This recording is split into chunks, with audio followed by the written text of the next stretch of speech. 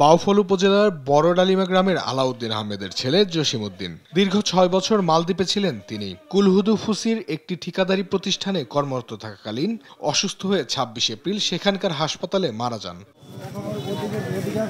মৃত্যুর ৪ দিন পর তার মরদেহ বাড়িতে আনা হয় এবং বুধবার সকালে জানাজা শেষে পারিবারিক কবরস্থানে দাফন করা হয় মরদেহ। স্বপ্ন ছিল বিদেশে কাজ করে ঋণ শোধ করে পরিবারের সচ্ছলতা আনার, সেই সঙ্গে হাসি ফোটাবেন স্ত্রী সন্তানদের মুখে। কথা ছিল ঈদুল আজহায় ফিরবেন বাড়ি, কিন্তু সেই স্বপ্ন পূর্ণ হলো না। ঈদের আগেই লাশ হয়ে বাড়ি ফিরলেন জসিম। পরীক্ষা দিবে, আমরা খুবই মর্মাহত এবং দুঃখিত যে বাবার লাশ রেখে পরীক্ষা দিতে যেতে হচ্ছে। আজকে আমার বড় ভাই মেহরাব ভাই, সেও বাবা হারিয়েছে।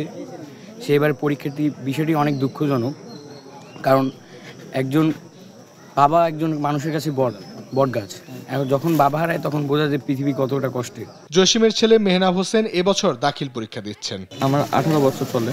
আমার এই 18 বছরের জীবনে আমি শুধু আমার আব্বুকে 5 বছরই পাইছি, এছাড়া কোনো সময় আমার আব্বুকে এরকম দেখিনি। আমার আব্বু যেদিন মারা যায় ওই দিন আমার ইংলিশ ফার্স্ট পেপার পরীক্ষা ছিল। মেহনাবের পরিবারে এমন ঘটনায় দুঃখ প্রকাশ করেন কালাইয়া কামিল মাদ্রাসার পরীক্ষা কেন্দ্রের কেন্দ্র সচিব। আমার কেন্দ্রেরই একজন পরীক্ষার্থী ছাত্র পূর্ব খাজুরবাড়িয়া দাখিল মাদ্রাসা থেকে পরীক্ষায় অংশগ্রহণ করতেছে। আমি অত্যন্ত মর্মাহত যে ওর বাবা কফিন নিয়ে আসছে, দেশের বাহিরে মারা গেছে, তার জানাজা আজকেই সকালে হয়েছে। এরপরে এখন তাকে পরীক্ষায় অংশগ্রহণ করতে হবে।